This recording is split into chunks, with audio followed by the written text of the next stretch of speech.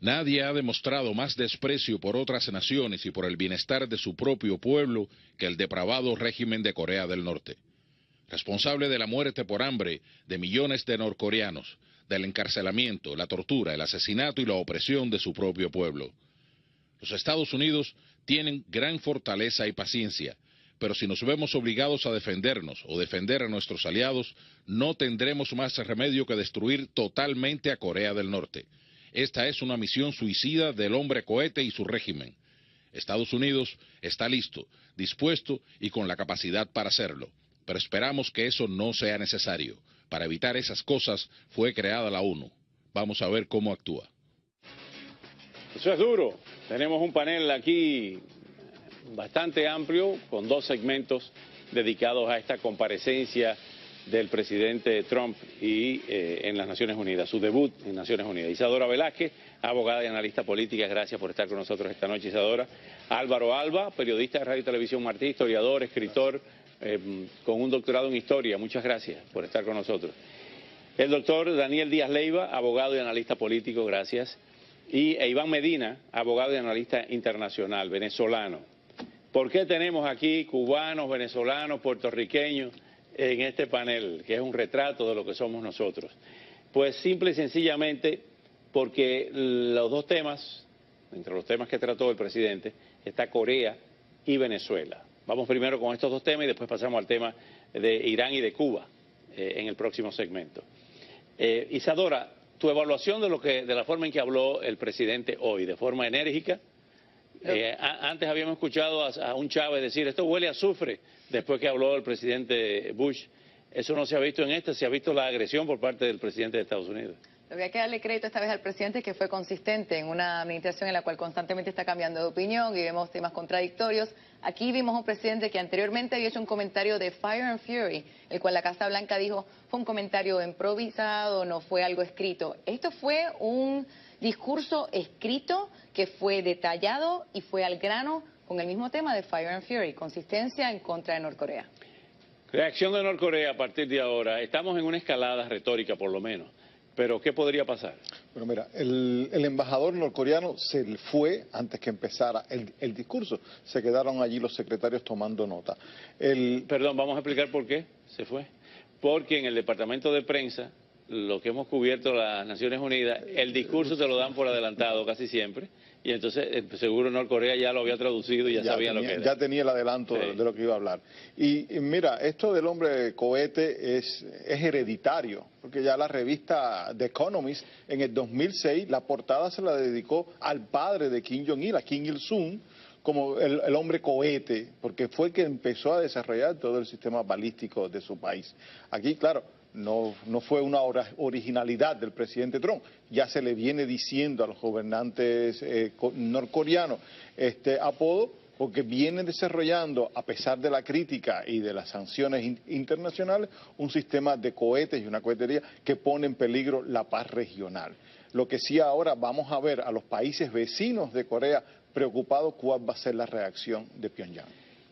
Un país fanatizado hasta cierto punto de autómatas, como es el pueblo norcoreano, con relación a sus 3 líderes, sus líderes fundacionales. Es un culto, son semidioses o dioses. Decir que vamos a aniquilar a Corea del Norte, la opción militar, ¿qué reacción pudiera tener en ese liderazgo y en ese pueblo? Ya Putin dijo que ese pueblo comía hierba, pero no iba a renunciar a su programa nuclear. Sí, obviamente el pueblo coreano no va a escuchar lo que posiblemente salió de la boca del presidente, ¿no? O sea, obviamente todo está filtrado a través de los medios del gobierno, ¿no? de la administración coreana. Pero más importante es lo que dijo Trump en cuanto a darle las gracias, por ejemplo, a Rusia y China por involucrarse en votar a favor de sanciones en contra de Corea del Norte y que ellos en la región determinan cómo van a llevar a cabo un cambio de gobierno o empujar a Corea que elimina su programa nuclear. Yo creo que el speech de Trump fue posiblemente uno de los mejores que ha dado hasta ahora, aparte del tema que dijo de hombre cohete, porque dio una voz fuerte, muscular, o sea, la política exterior de Estados Unidos, algo que no se ha visto en los últimos 8 años. Doctor Iván Medina, habló de Venezuela, pero no solamente en el discurso. Anoche, en una cena con otros jefes de Estados aliados, Juan Manuel Santos, el de Brasil, Michel Temer, también estuvo Juan Carlos Varela de Panamá y la vicepresidenta de Argentina, habló de una dictadura socialista que ha destruido a su pueblo. Vamos a escuchar lo que dijo hoy para escuchar su opinión, doctor Medina. El pueblo venezolano está muriendo de hambre y su país está colapsando. Sus instituciones democráticas están siendo destruidas. Esta situación es completamente inaceptable y no podemos quedarnos a la espera. Como vecinos responsables y amigos del pueblo venezolano, nosotros y todos los demás debemos ayudarlos a recuperar su libertad, recuperar su país y restaurar su democracia. Ya Maduro respondió, dijo que lo que ha hecho Trump es amenazarlo de muerte a él directamente. Sí. Doctor Medina. Definitivamente yo comparto con mis colegas la opinión sobre la calidad del discurso, la característica de este discurso del presidente Trump, y no fue la excepción hacia Venezuela. Definitivamente toca temas muy claves que en este momento se colocan como emblema de ese discurso, que es el reconocimiento por la necesidad de recuperar las instituciones democráticas, la situación a la que ha caído el país a través de una ideología que no terminó sino como acabar un país. Se puso una ideología y una corriente política por encima de un Estado y se le ha cambiado como ha querido. Es decir, ha sido concreto, preciso, ha ido dentro del discurso, tanto en este como lo que ya venía haciendo con los grupos aliados y con los líderes latinoamericanos, claro y directo. Incluso es un mensaje, se debe tomar como un mensaje hacia la misma lucha en Venezuela por la recuperación de la democracia. Es un ejemplo de un liderazgo hacia nuestro país, hacia el hemisferio, que proyecta la necesidad de la unión externa hacia la salida de Venezuela. Lo que esbozó, tanto en la reunión de trabajo, la cena de trabajo anoche como hoy, es la creación de una fuerza interamericana para, quizá con fines humanitarios, crear un corredor en Venezuela. Efectivamente, creo que se apuesta a la coalición internacional del hemisferio como mecanismo más seguro, la mayor garantía de la salida democrática en Venezuela. Creo que esa es una de las posturas mucho más serias, más profundas, que se le puede ofertar en este momento a la lucha por la libertad en Venezuela. Álvaro, se desmarcó el presidente Santos de esa línea. Dijo que no estaría de acuerdo con ningún tipo de intervención militar norteamericana en la zona. Bueno, yo creo que Colombia es uno de los países que más ha sufrido los embates del chavismo, y lo que asombra es la posición del presidente Santos, el que ha sido criticado, ha sido humillado por el propio Maduro personalmente. Hay fuerzas dentro de Colombia que no están de acuerdo con estos planteamientos, el senador Álvaro Uribe y otros que siempre le han plantado la cara a todas estas críticas y a todas estas ofensas que han venido por parte primero de Chávez y ahora de Maduro. Si alguien puede contener el chavismo en su frontera, es Colombia. Vámonos a la pausa porque seguimos con Isadora Velázquez, Álvaro Alba, Daniel Díaz Leiva y Iván Medina hablando de otros temas que se trató en el día de hoy en la reunión de la Asamblea General de las Naciones Unidas. Síganos en las redes sociales de Mega TV en todo el mundo. Al regreso tenemos más de la actualidad política nacional.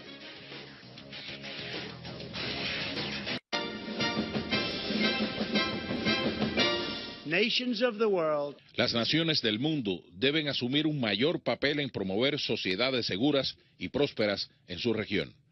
Es por eso que en el hemisferio occidental, los Estados Unidos se han opuesto al régimen corrupto y desestabilizador de Cuba y han abrazado el sueño del pueblo cubano de vivir en libertad. Mi administración anunció recientemente que no levantaremos las sanciones al gobierno cubano hasta que haga reformas fundamentales. Desde la Unión Soviética hasta Cuba, donde quiera que se haya adoptado el socialismo o comunismo, solo se ha producido angustia, devastación y fracaso. Aquellos que predican los principios de estas ideologías desacreditadas solo contribuyen al sufrimiento continuo de las personas que viven bajo esos sistemas de crueldad. Bueno, esto ya desvanece, y es la pregunta, lo que se consiguió con Barack Obama por parte de Estados Unidos, no por parte de Cuba. Cuba no concedió nada, pero ¿qué quiere decir esto? ¿Volvemos a la confrontación de la Guerra Fría? La crítica número uno que tuvo el presidente Obama cuando trató de rehacer la relación con Cuba es, como bien mencionaste, que Cuba no dio nada y los Estados Unidos se vio como que lo dio todo. Ahora lo que hay que ver es qué va a pasar con las embajadas, con las relaciones que hemos vuelto a crear.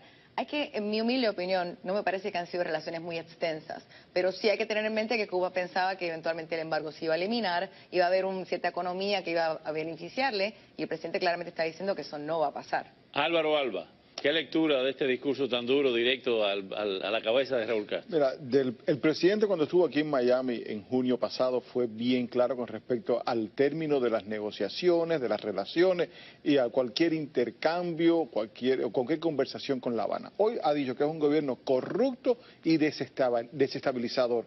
Ya la delegación cubana que está en Washington, que encabeza Josefina Vidal, protestó, dijo que eso eran términos injerencistas, etcétera. Pero este es el mensaje que el presidente de Estados Unidos llevó a las Naciones Unidas y vamos a ver cuando venga de nuevo la votación en la Asamblea General para el tema del embargo, cómo Estados Unidos va a volver a votar en contra de esa resolución, no abstenerse como hizo el año pasado la administración de Obama.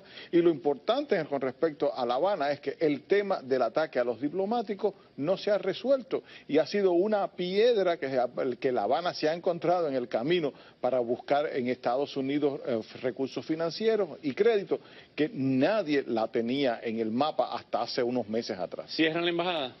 Bueno, el secretario de Estado dijo que lo está sopesando.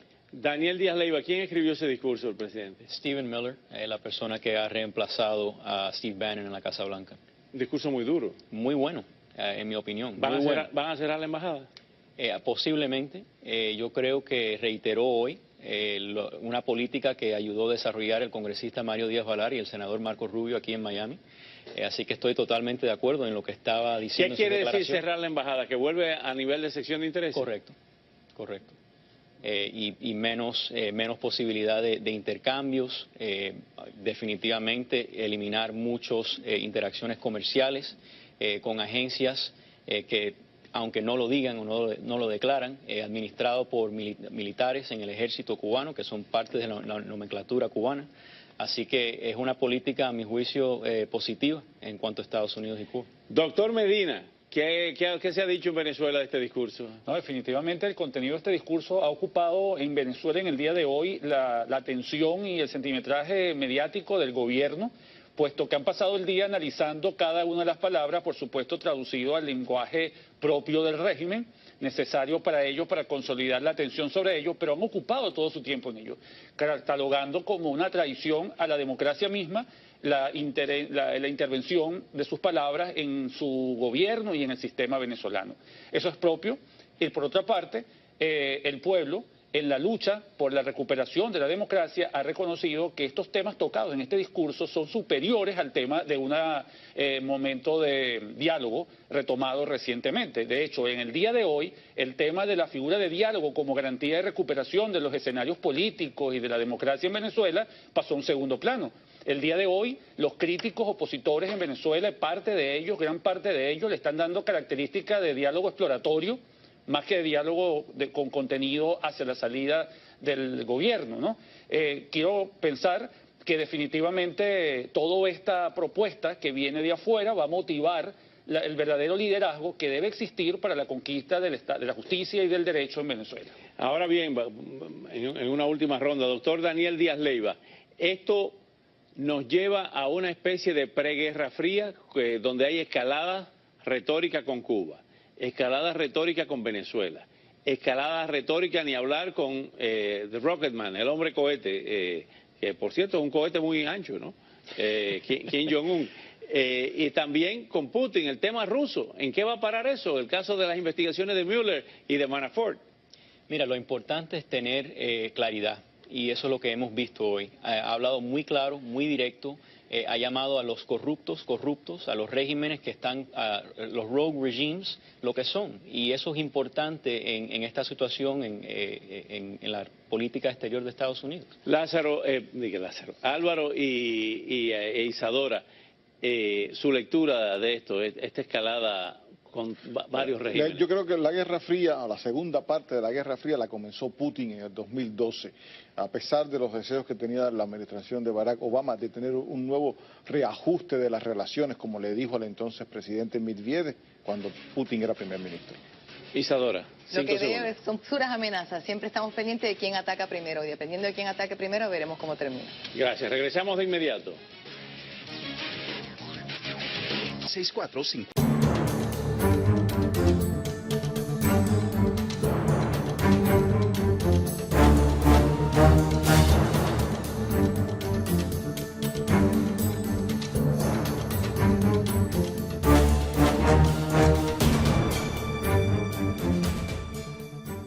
Porque en el departamento de prensa, lo que hemos cubierto las Naciones Unidas, el discurso te lo dan por adelantado casi siempre, y entonces seguro Norcorea ya lo había traducido y ya sabían lo que era. Ya tenía el adelanto Sí. de lo que iba a hablar. Y mira, esto del hombre cohete es hereditario, porque ya la revista The Economist en el 2006, la portada se la dedicó al padre de Kim Jong-il, a Kim Il-sung, como el hombre cohete, porque fue el que empezó a desarrollar todo el sistema balístico de su país.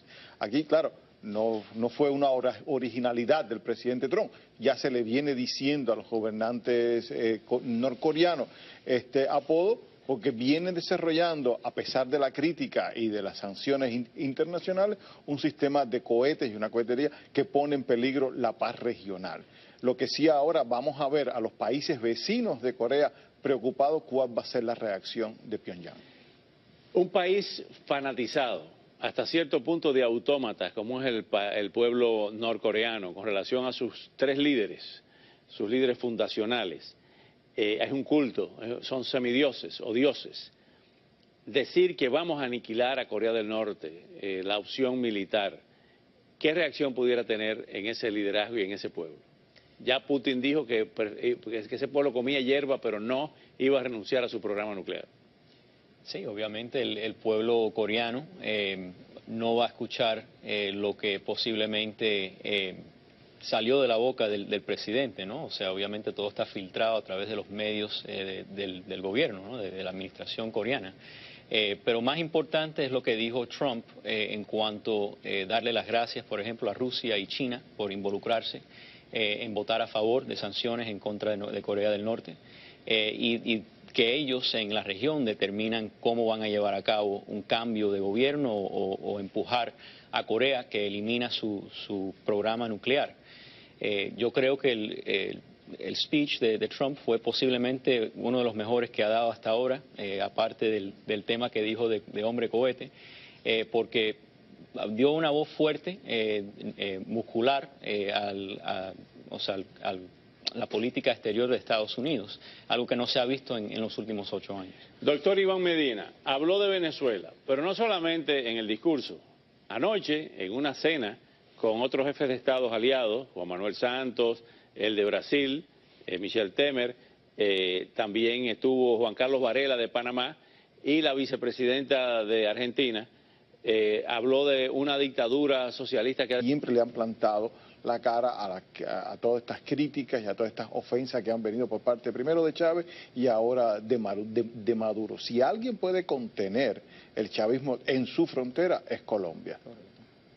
Vámonos a la pausa porque seguimos con Isadora Velázquez, Álvaro Alba, Daniel Díaz Leiva e Iván Medina hablando de otros temas que se trató en el día de hoy en la reunión de la Asamblea General de las Naciones Unidas. Síganos en las redes sociales de Mega TV en todo el mundo. Al regreso tenemos más de la actualidad política nacional.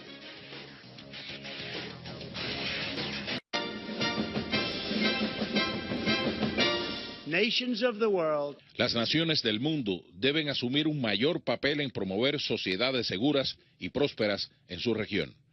Es por eso que en el hemisferio occidental, los Estados Unidos se han opuesto al régimen corrupto y desestabilizador de Cuba y han abrazado el sueño del pueblo cubano de vivir en libertad. Mi administración anunció recientemente que no levantaremos las sanciones al gobierno cubano hasta que haga reformas fundamentales.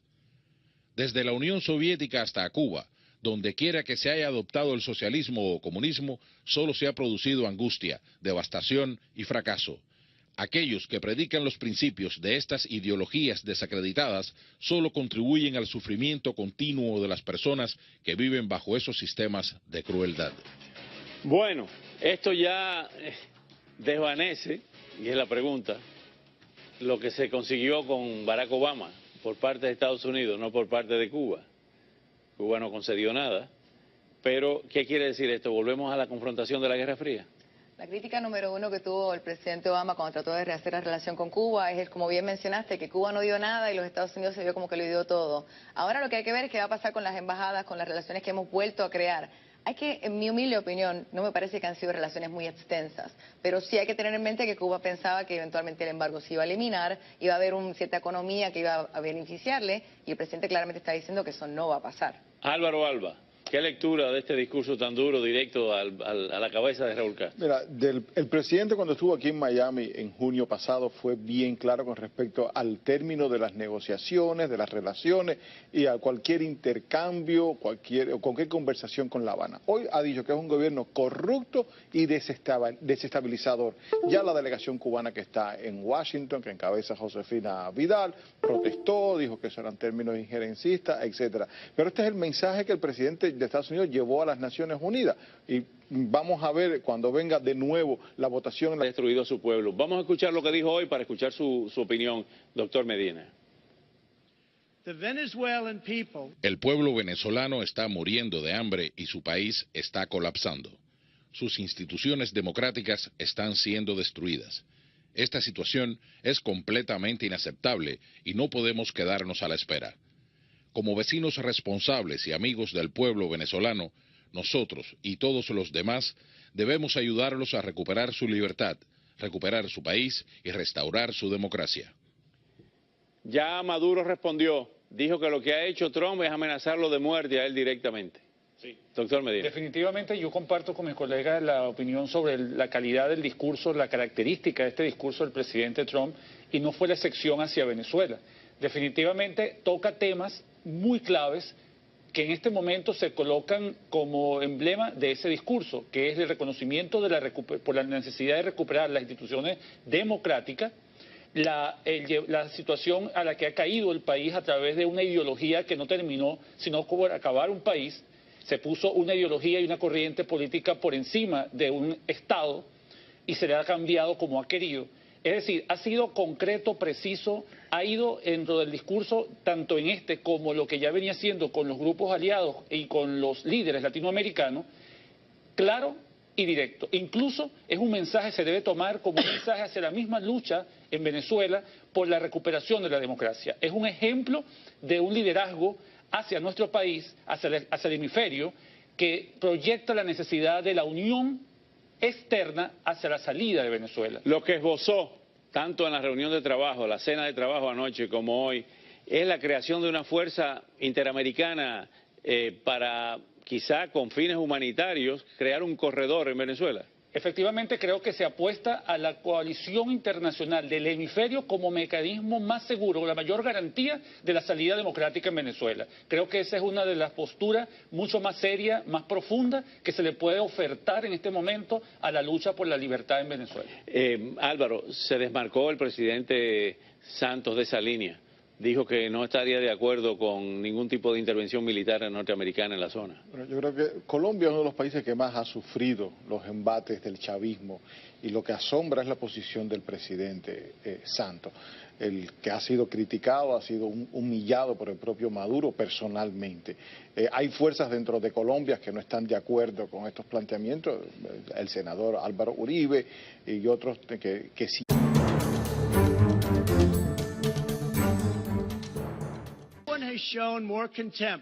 Nadie ha demostrado más desprecio por otras naciones y por el bienestar de su propio pueblo que el depravado régimen de Corea del Norte. Responsable de la muerte por hambre de millones de norcoreanos, del encarcelamiento, la tortura, el asesinato y la opresión de su propio pueblo. Los Estados Unidos tienen gran fortaleza y paciencia, pero si nos vemos obligados a defendernos o defender a nuestros aliados, no tendremos más remedio que destruir totalmente a Corea del Norte. Esta es una misión suicida del hombre cohete y su régimen. Estados Unidos está listo, dispuesto y con la capacidad para hacerlo, pero esperamos que eso no sea necesario. Para evitar esas cosas fue creada la ONU. Vamos a ver cómo actúa. Eso es duro. Tenemos un panel aquí bastante amplio, con dos segmentos dedicados a esta comparecencia del presidente Trump y en las Naciones Unidas, su debut en Naciones Unidas. Isadora Velázquez, abogada y analista política, gracias por estar con nosotros esta noche, Isadora. Álvaro Alba, periodista de Radio y Televisión Martí, historiador, escritor, con un doctorado en historia. Muchas gracias por estar con nosotros. El doctor Daniel Díaz Leiva, abogado y analista político, gracias. Y Iván Medina, abogado y analista internacional, venezolano. ¿Por qué tenemos aquí cubanos, venezolanos, puertorriqueños en este panel, que es un retrato de lo que somos nosotros? Pues simple y sencillamente porque los dos temas, entre los temas que trató el presidente, está Corea y Venezuela. Vamos primero con estos dos temas y después pasamos al tema de Irán y de Cuba en el próximo segmento. Isadora, tu evaluación de la forma en que habló el presidente hoy, de forma enérgica. Antes habíamos escuchado a un Chávez decir, esto huele a azufre, después que habló el presidente Bush. Eso no se ha visto en esta, se ha visto la agresión por parte del presidente de Estados Unidos. Lo que hay que darle crédito esta vez al presidente es que fue consistente en una administración en la cual constantemente está cambiando de opinión y vemos temas contradictorios. Aquí vimos un presidente que anteriormente había hecho un comentario de Fire and Fury, el cual la Casa Blanca dijo fue un comentario improvisado, no fue algo escrito. Esto fue un discurso escrito que fue detallado y fue al grano con el mismo tema de Fire and Fury, consistencia en contra de Norcorea. Reacción de Norcorea a partir de ahora. Estamos en una escalada retórica por lo menos. Pero, ¿qué podría pasar? Bueno, mira, el embajador norcoreano se fue antes que empezara el discurso. Se quedaron allí los secretarios tomando nota. Perdón, vamos a explicar por qué se fue. Asamblea General para el tema del embargo, cómo Estados Unidos va a volver a votar en contra de esa resolución, no abstenerse como hizo el año pasado la administración de Obama. Y lo importante con respecto a La Habana es que el tema del ataque a los diplomáticos no se ha resuelto y ha sido una piedra que La Habana se ha encontrado en el camino para buscar en Estados Unidos recursos financieros y créditos que nadie la tenía en el mapa hasta hace unos meses atrás. ¿Cierran la embajada? Bueno, el secretario de Estado dijo que lo está sopesando. Daniel Díaz Leiva, ¿quién escribió ese discurso del presidente? Stephen Miller, la persona que ha reemplazado a Steve Bannon en la Casa Blanca. Un discurso muy duro. Muy bueno, en mi opinión. ¿Van a cerrar la embajada? Posiblemente.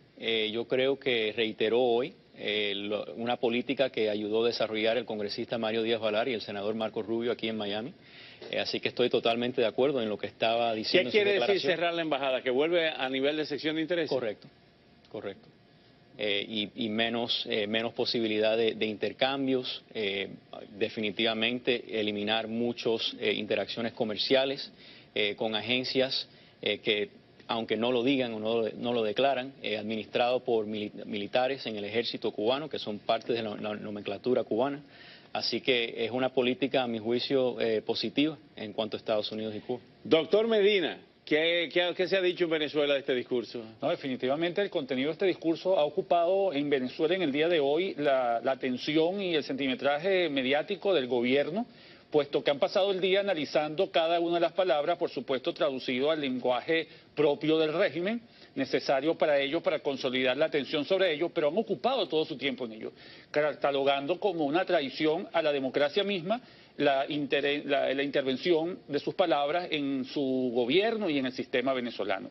Eso es propio. Y por otra parte, el pueblo, en la lucha por la recuperación de la democracia, ha reconocido que estos temas tocados en este discurso son superiores al tema de un momento de diálogo retomado recientemente. De hecho, en el día de hoy, el tema de la figura de diálogo como garantía de recuperación de los escenarios políticos y de la democracia en Venezuela pasó a un segundo plano.